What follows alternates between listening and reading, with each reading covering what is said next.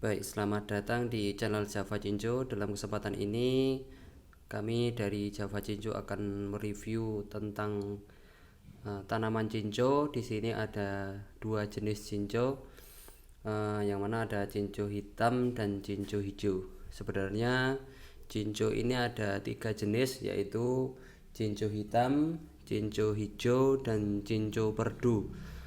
Di hadapan kita ini sudah ada kedua cinco atau kedua jenis cinco. Yang di sini ini adalah cinco hitam, dimana cinco hitam ini ketika akan dikonsumsi tidak sama seperti cinco hijau. Jadi cinco hitam ini untuk prosesnya dikeringkan terlebih dahulu. Jadi ini sudah bahan cinco hitam kering, kekeringan sekitar 18% kadar airnya. Jadi untuk proses pengolahannya, cinco hitam dan cinco hijau ini juga memiliki perbedaan, di mana ketika cinco hitam ini dilakukan dengan direbus lalu ditambahkan air dan tepung. Berbeda dengan cinco hijau. Di sini ketika cinco hijau ini tidak melalui proses pengeringan. Jadi untuk proses pembuatannya langsung dikasih air hangat. Jadi prosesnya daun cinco hijau yang sudah dipetik dan dibersihkan lalu dikasih air hangat. Setelah itu diremas-remas sampai nanti keluar lendir dari proses peremasan tersebut. Jadi dari prosesnya saja sudah berbeda dan bentuk atau hasil jadinya juga berbeda. Ketika cinco hijau, ini cinco hijau ada 3 lembar. Nanti untuk hasilnya ini akan sedikit lembek. Berbeda dengan cinco hitam, hasil jadinya akan lebih keras bila dibandingkan dengan cinco hijau. Ini untuk bentuk daunnya juga berbeda. Ketika cinco hijau memiliki ukuran yang tebal, yang lebar, berbeda dengan cinco hijau ini sekitar segini aja ketika ini belum kering. Jadi bentuk tumbuhannya pun juga berbeda. Jadi bentuk tanamannya pun juga berbeda. Jadi ketinggian dari tanaman tersebut antara cinco hitam dan cinco hijau ini juga berbeda. Ketika cinco hijau ini tumbuhannya merambat. Jadi ketinggian atau panjangnya itu bisa mencapai 15 cm.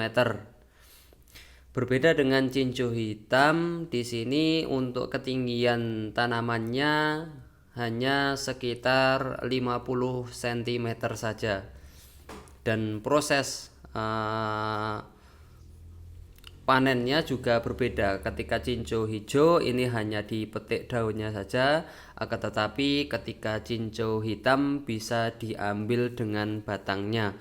Karena batang sendiri ini juga memiliki fungsi, di mana ketika cinco hitam ini dijadikan sebagai minuman yang biasa disebut dengan minuman liang teh. Jadi bahan yang digunakan hanya batang cinco hitam saja, tidak menggunakan daun cinco hitam.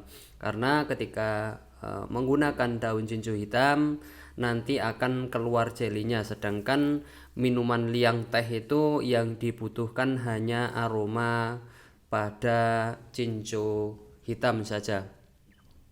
Itu beberapa perbedaan cinco hitam dengan cinco hijau, mulai dari bentuk daunnya, Cara penanamannya pun juga berbeda. Ketika jinjo hitam ini harus berada pada ketinggian di atas 800 sampai 1000 dari permukaan air laut. Berbeda dengan jinjo hijau ini, pada penanamannya ini bisa di tempat di mana saja. Jadi untuk penanamannya lebih mudah jinjo hijau karena tidak memerlukan tempat yang khusus dan juga lahan yang khusus juga. Akan tetapi bila mana kita akan menanam jinjo hitam, ini langkah awal yang perlu kita lihat yaitu kondisi lingkungan atau tempat yang akan digunakan dalam penanaman jinjo hitam. Karena selain juga ketinggian, kontur tanah, adanya banyaknya sumber air juga sangat berpengaruh dengan kualitas jinjo yang didapatkan. Untuk itu bila mana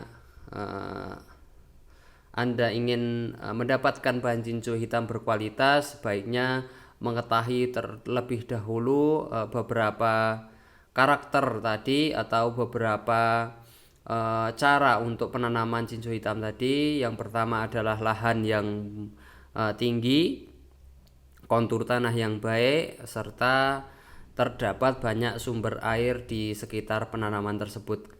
Karena dengan beberapa tersebut akan sangat membantu pertumbuhan serta dapat menghasilkan jinjo yang berkualitas. Ini untuk jinjo ini dalam prosesnya juga sangat berbeda. Hasilnya ketika jinjo hitam ini kita memproduksi misalnya 1 kilo jinjo hitam kering bisa menghasilkan sekitar 20 sampai 25 kilogram jadi berbeda dengan jinjo hijau. Bila mana kita membuat akan sedikit jadinya. Mungkin itu yang dapat saya sampaikan dalam kesempatan ini. Kalau ada yang ditanyakan terkait dengan tanaman jinjo hitam maupun jinjo hijau, kami dari Java Jinjo Pacitan membuka pertanyaan serta konsultasi secara langsung, baik bisa disampaikan di kolom komen maupun bisa menghubungi kami melalui WhatsApp maupun telepon yang ada pada deskripsi di bawah ini. Mungkin itu yang dapat saya sampaikan. Ada kurang dan lebihnya kami mohon maaf. Assalamualaikum warahmatullahi wabarakatuh.